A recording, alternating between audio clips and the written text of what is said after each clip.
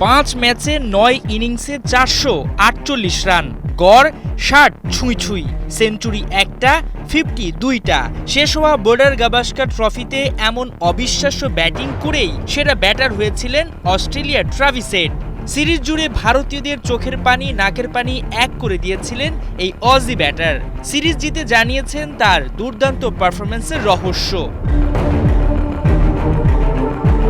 ভারতীয় সংবাদ মাধ্যম এক খবরে দাবি করছে 3 মাস অ্যালকোহল থেকে দূরে ছিলেন হেড, যা ভারতীয়দের বিপক্ষে জ্বলে ওঠার মূল মন্ত্র হিসেবে কাজ করেছে।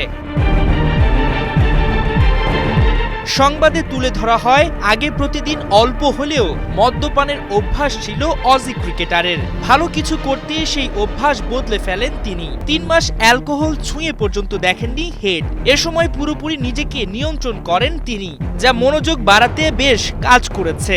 ক্রিকেটের শতভাগ ফোকাস দেন এই অজি ব্যাটার, এতে দারুণ ফল পান বলে জানান তিনি। ফুরফুরে মেজাজ সঙ্গে ফিটনেসে দারুণ উন্নতি। 3 মাস অ্যালকোহল থেকে দূরে থাকার সুফল ভোগ করেন বর্ডার গাভাস্কার ট্রফিতে।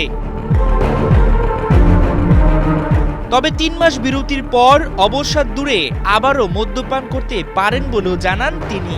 ভারতকে হারিয়ে বিশ্ব টেস্ট চ্যাম্পিয়নশিপের ফাইনালে অস্ট্রেলিয়া। তবে তার আগে শ্রীলঙ্কার মাটিতে তাদের বিপক্ষে 2 টেস্টের সিরিজ খেলবে তারা। সেই সিরিজের আগে 12 দিন ছুটিতে আছে অজিরা। এ সময় কিছুটা অ্যালকোহল নিতে পারেন হেড, এমনটাই উঠে আসে আনন্দবাজারের সংবাদে।